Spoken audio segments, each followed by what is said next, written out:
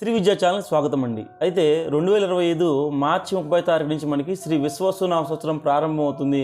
ఈ సంవత్సరంలో మీన రాశి వారికి ఆదాయం 5, వ్యయం 5, రాజపూజ్యం 3, అవమానం 1గా ఉంటుంది. అయితే ఈ సంవత్సరంలో వీరికి చక్కటి సత్ఫలితాలు అయిపోతున్నాడు శనీశ్వరుడు. ఎందుకంటే మొన్నటిదాకా వీరికి వ్యయంలో ఉన్నాడు, అంటే కుంభరాశిలో శని ఉన్నాడు. ఇప్పుడు మనకి శని ఏప్రిల్ 17 నుంచి మనకి జన్మస్థానంలో అంటే మీ యొక్క రాశిలోనే సంచరించబోతున్నాడు. గమనించండి, మొన్నటిదాకా హెల్త్ ఇష్యూస్, ఫ్యామిలీలో డిస్ప్యూట్స్, అంటే భార్యాభర్తల మధ్య గొడవలు, పిల్లలతో గొడవలు, ఏది పట్టుకున్నా మనకి పెండింగ్ పట్టడం, ఇలాంటివన్నీ ఇచ్చిన వ్యక్తి ఇప్పుడు కొంత అనుకూలతనిస్తాడు. అయితే సత్ఫలితాల కోసం కిందిస్తున్నాను మీకు శని మూలమంత్రాన్ని రోజు 190 సార్లు చదువుకోవడం వల్ల ఇప్పుడు ఉండేటువంటి శని బాధలు కూడా తప్పి చక్కటి సత్ఫలితాలు పొందుతారు.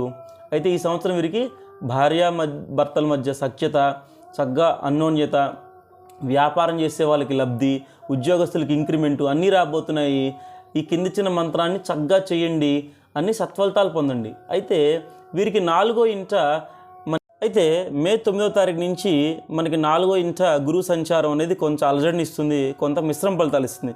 అయితే ఈ గురువుని మీరు చక్కగా అనుకూలం చేసుకోవాలంటే గురువారం దత్తాత్రేయుడి గుడికి కానీ బాబా గుడికి వెళ్ళి చక్కగా గురుపాదక స్తోత్రం చదువుకోవటం, శనగలు ఆవుకి తినిపించడం వల్ల గురుబలం కూడా పెరిగి శుభాలు, అంటే కారు ఈఎంఐ లోన్స్ కానీ ఇంటి లోన్స్ కానీ ఏమన్నా పెండింగ్ ఉన్నా కూడా చకచక కంప్లీట్ చేస్తారు.